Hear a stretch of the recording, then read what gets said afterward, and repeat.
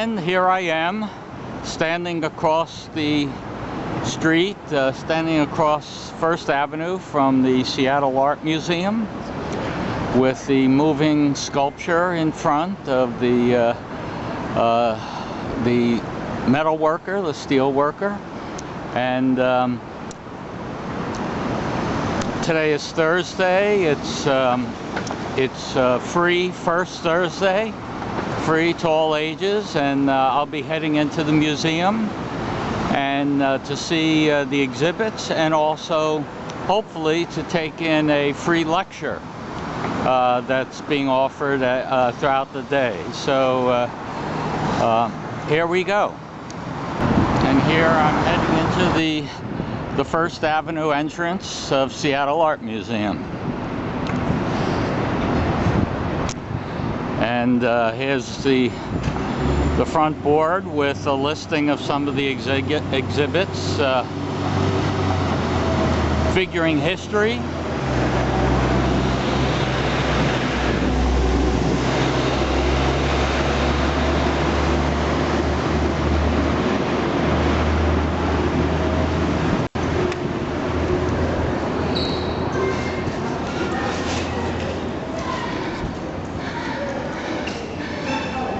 and beautiful lobby here with stone columns here, and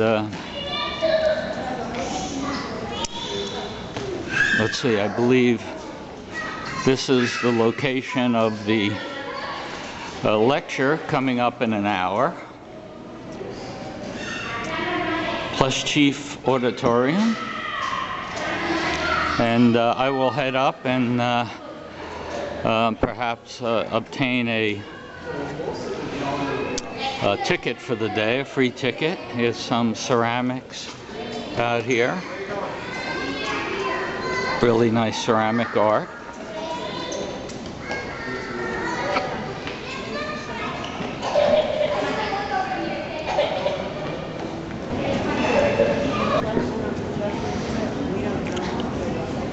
Well, you're right here. Okay. So the exhibits are on your third and fourth floor. Okay. You're on three. The four is right there. And here I am on the third floor. This is Max Beckmann painting, gorgeous painting.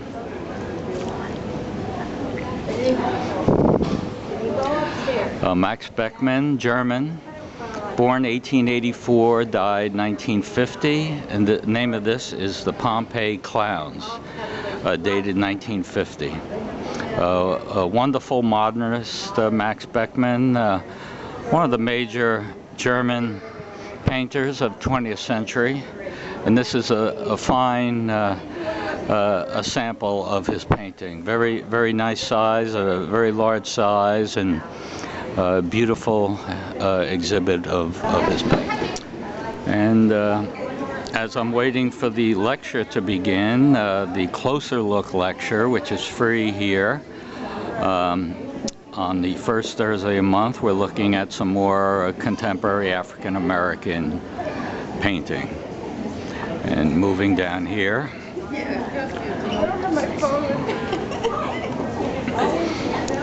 some more contemporary African American painting, refiguring history. There's probably a clock somewhere. I'll see what I do, guys. And here are two more pieces in the figuring history exhibit. A wonderful painting on canvas of a ballet dancer, African American. And then moving right along, another piece here of a looks like a art. There's a lot of chemistry and physics and art. And when I retired, I moved here. My sister is here. And I decided to move to Seattle. I love Seattle. I love living here. And what I'm going to do today is sort of tell you, my tour is what I've learned that I think is interesting about Seattle. It's how it came to me and some of the major collections that we have.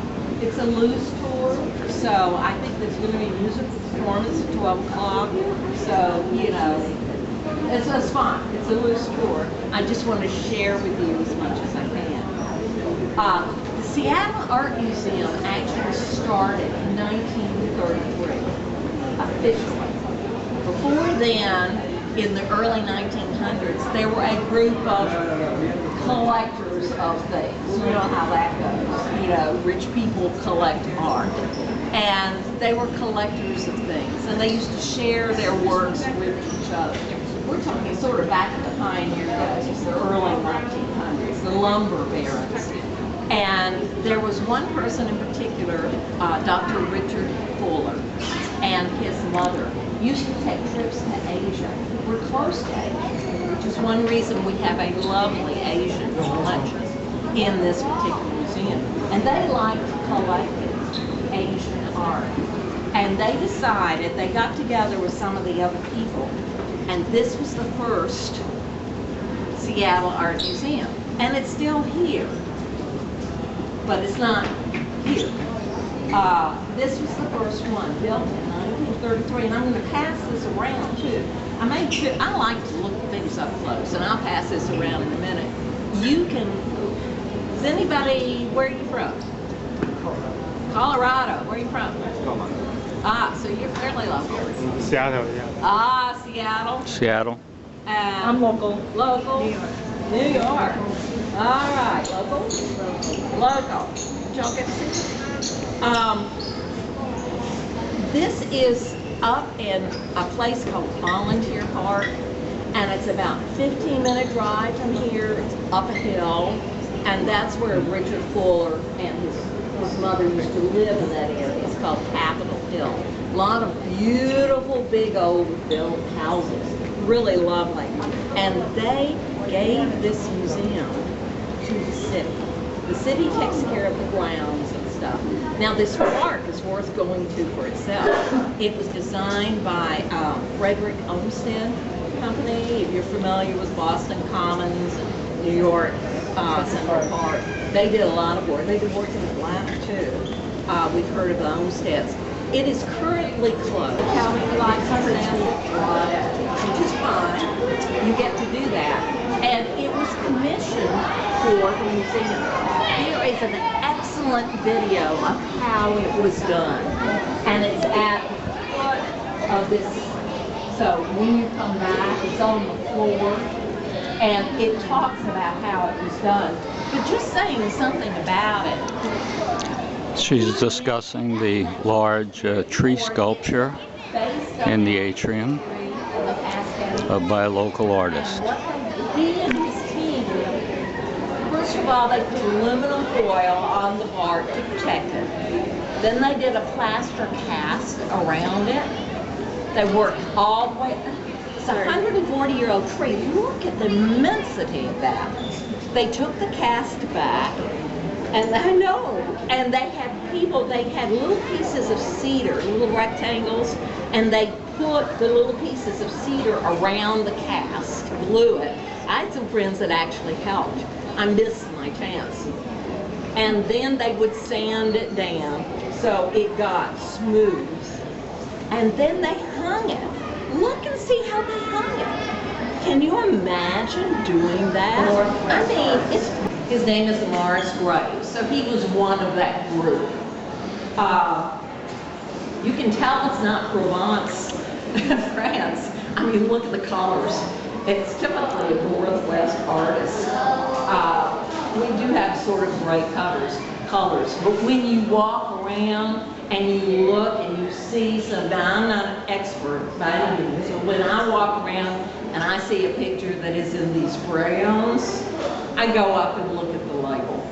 And usually it's one of the Northwest artists. And that brings up another thing.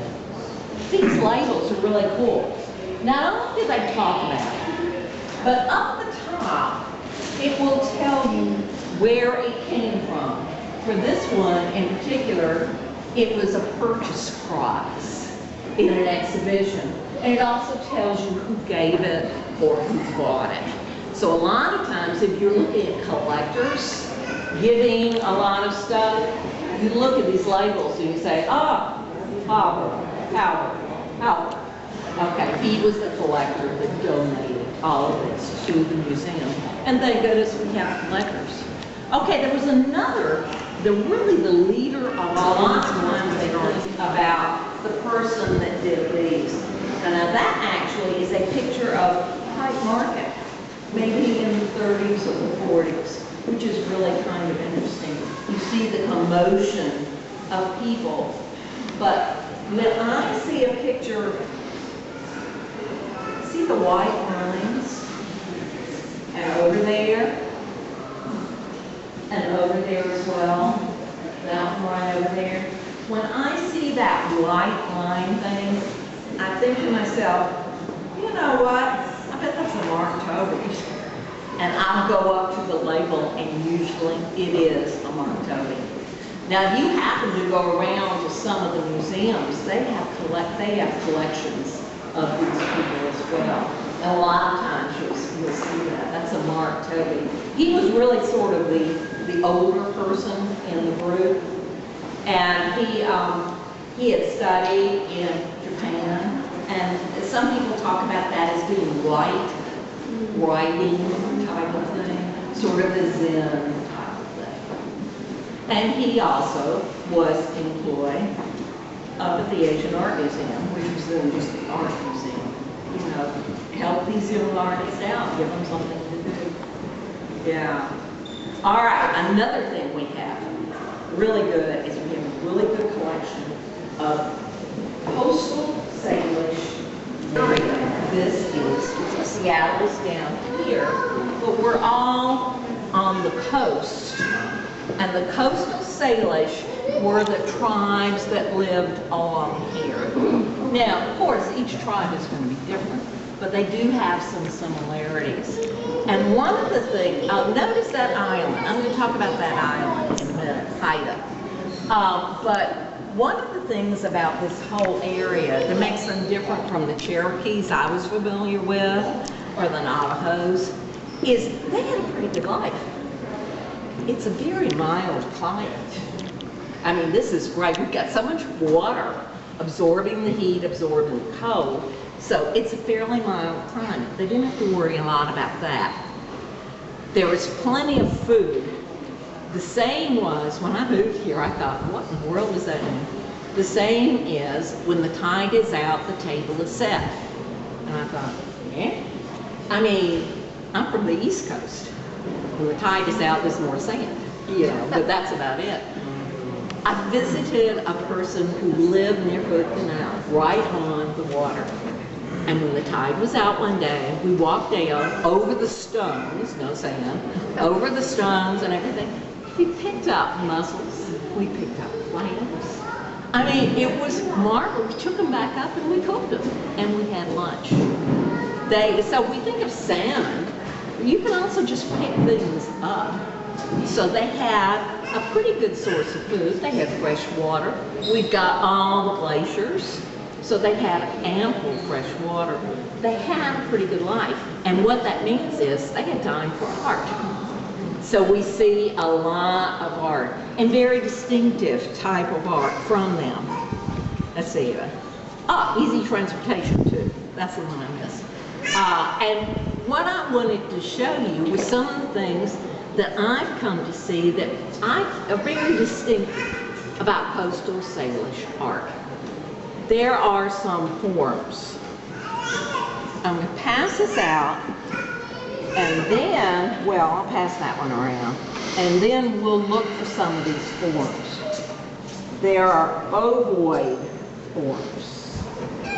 You'll see some circles too, but you'll see ovoids. You'll see these U forms. You'll see a split U. Look in the middle there. See the split U? And again, I'll pass this around too. When you see these, it's a very distinctive look.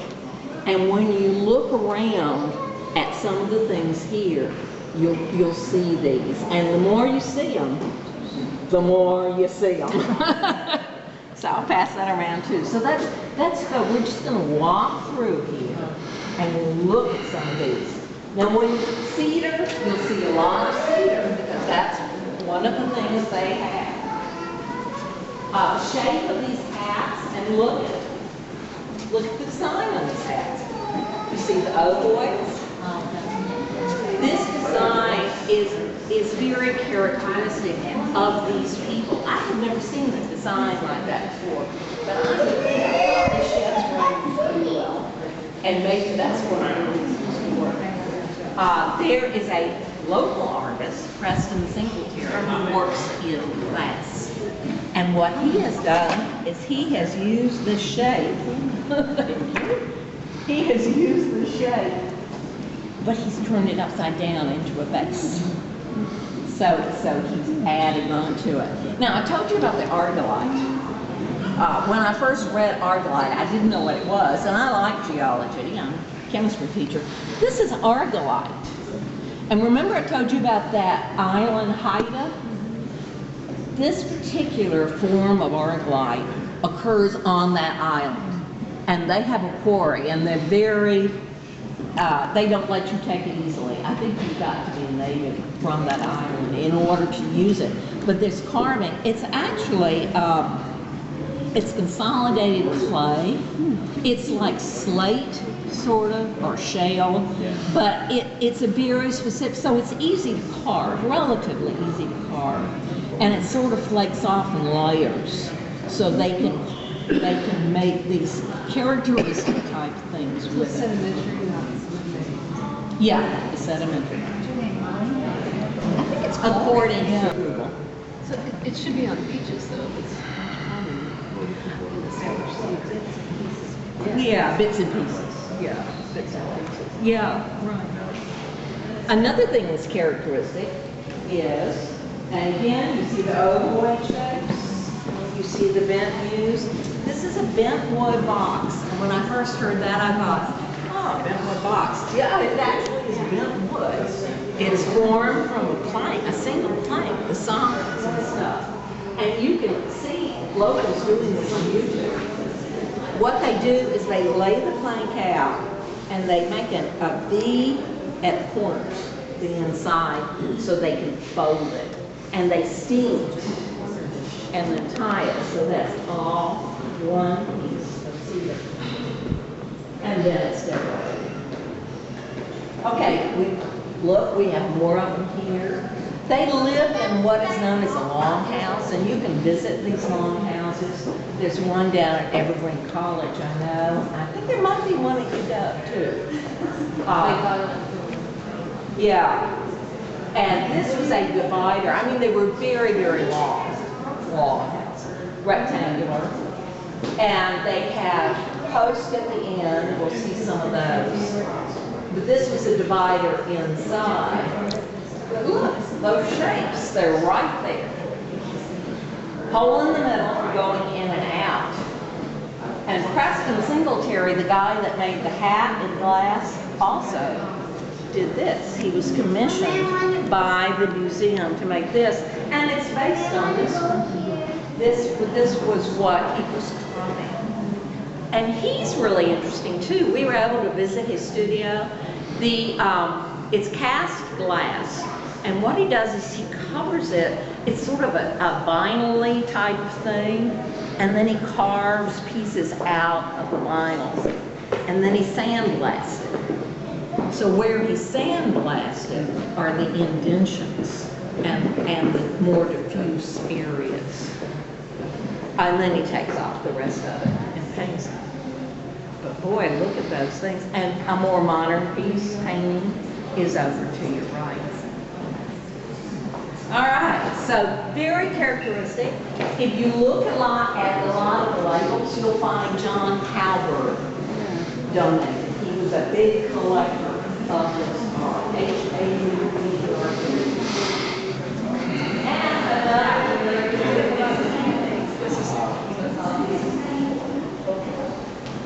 these were posts. The bottom is grizzly bear, which I love. I love his little hands. And then there's two back there as well. Cedar. I mean, it's not a totem pole, it's an abuse. It's holding up a building. The masks, of course, now they're making them more decorative, but these masks were used in the ceremonies. And it's amazing. And look at that one over there with that long beak. I mean, he'd open and close the beak, making a voice out of it. So yeah, these were used. And they use them in ceremonies now too. Okay, so this was a major collection. Now we're going to go to another major collection. Passing by this marvelous modern piece, but you can tell, can't you, that it comes from this area.